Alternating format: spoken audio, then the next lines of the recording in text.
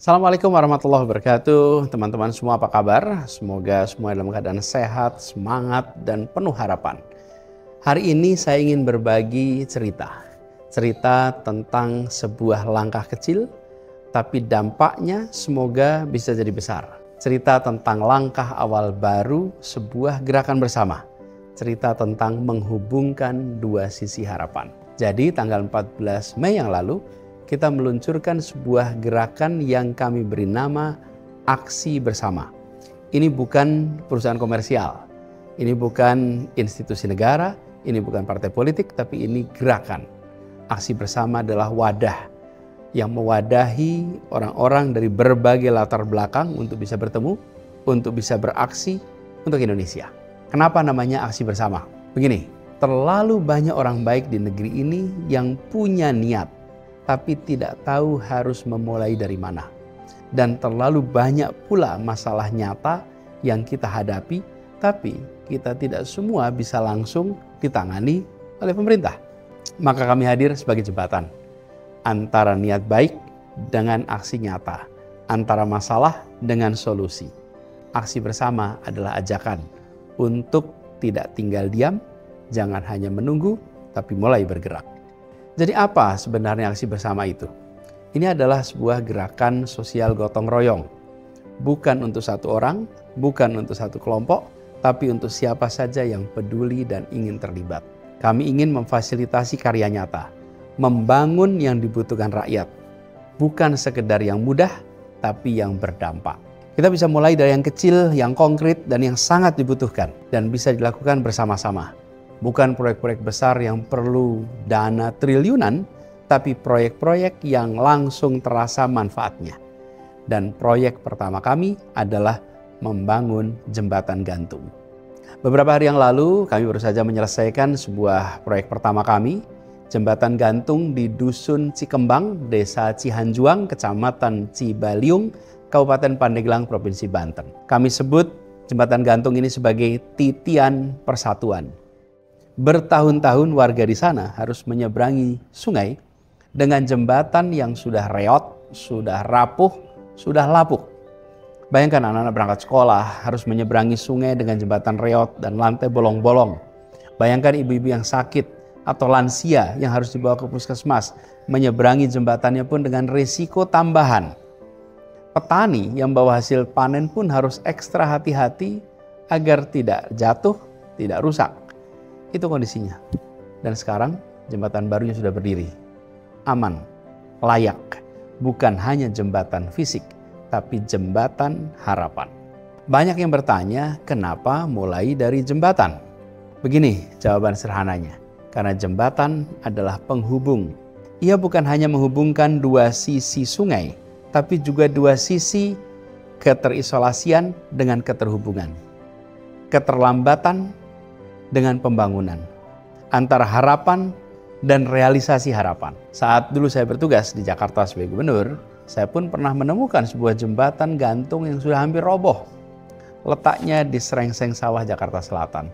Julukannya di sana adalah jembatan Indiana Jones, karena harus bergelantungan, bergoyang, dan membahayakan saat diseberangi.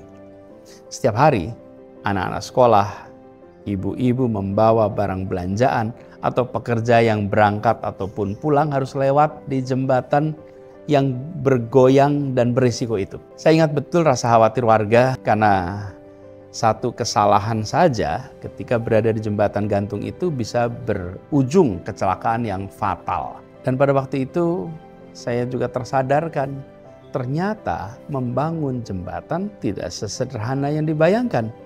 Jembatan itu berdiri di atas sungai Kali Ciliwung yang dikelola oleh pemerintah pusat.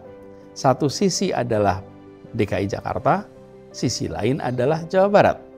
Jadi ada 3 level pemerintahan yang perlu sinkron hanya untuk membangun sebuah jembatan yang kecil. Jembatan untuk dilewati pejalan kaki, sepeda ataupun motor. Realita ini seringkali tidak disadari oleh publik juga. Jadi di balik jembatan reot yang belum dibangun di berbagai pelosok negeri, seringkali ada kerumitan administrasi, soal kepemilikan lahan, soal siapa yang punya kewenangan, Siapa yang memiliki lahan di situ? Bagaimana soal anggarannya? Nah, karena itu kita juga jangan mudah menghakimi pemerintah daerah. Kita perlu paham bahwa sering niatnya sudah ada tapi eksekusinya terkendali. Nah, dalam prakteknya di Indonesia ini sungai sering dijadikan sebagai batas wilayah. Wilayah antar desa, antar kecamatan, antar kabupaten, antar provinsi. Sehingga kerumitan yang tadi saya sampaikan benar-benar menjadi problem utama. Siapa yang harus nanti mengalokasikan untuk anggarannya, sumber dayanya? Nah, disitulah kemudian kita ingin hadir bersama untuk memberi solusi. Disitulah kemudian kenapa aksi bersama memilih hadir. Bukan untuk menggantikan pemerintah, tapi untuk mengisi celah yang belum sempat terisi. Bukan untuk menyalahkan, tapi untuk membantu dan menghasilkan karya nyata yang dirasakan manfaatnya. Jadi, jembatan bukan hanya simbol pembangunan fisik, tapi ini juga simbol perjalanan menuju masa depan. Ketika akses itu dibuka, maka pendidikan jadi lebih mudah dijangkau. Pasar lebih mudah dijangkau, ekonomi menjadi lebih baik. Pelayanan dasar bisa sampai ke pelosok-pelosok desa-desa. Dan kita sadar bahwa Indonesia punya ribuan jembatan yang belum dibangun, yang butuh perbaikan. Bukan hanya di Banten, tapi di seluruh pelosok. Di Kalimantan, di Sumatera, di Sulawesi, di Nusa Tenggara, di Papua, di Jawa, di berbagai tempat. Dan setiap satu jembatan dibangun, ada ribuan kemungkinan kesempatan yang terbangunkan. Karena itu walau aksi bersama nantinya akan punya banyak jenis karya, tapi kami sepakat bahwa saat ini, di awal ini kita memulai dengan prioritas satu, membangun jembatan gantung. Itu prioritas kita sekarang. Dan kenapa ini kita lakukan? Ya karena jembatan tadi membuka jalan bagi semua yang lain, bahkan bagi perubahan yang lebih besar di tempat itu. Sekarang saya ingin mengajak kepada teman-teman semua.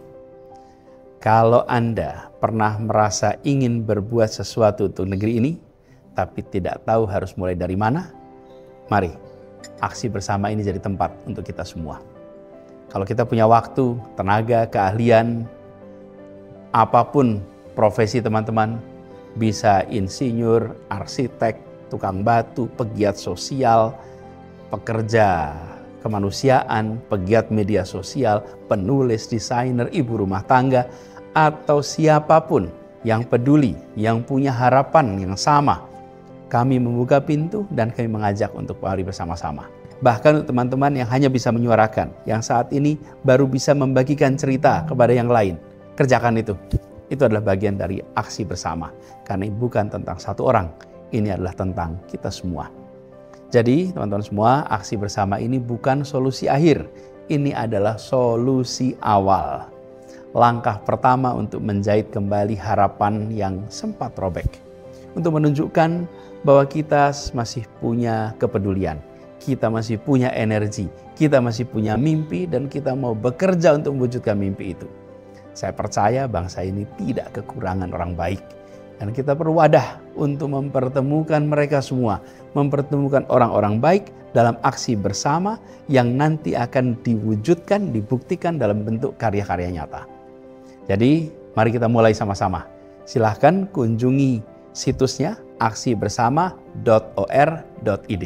Dari satu jembatan, dari satu desa, dari satu langkah, sambung menyambung menjadi satu untuk Indonesia yang lebih terhubung, yang lebih adil, yang lebih sejahtera. Terima kasih. Assalamualaikum warahmatullahi wabarakatuh.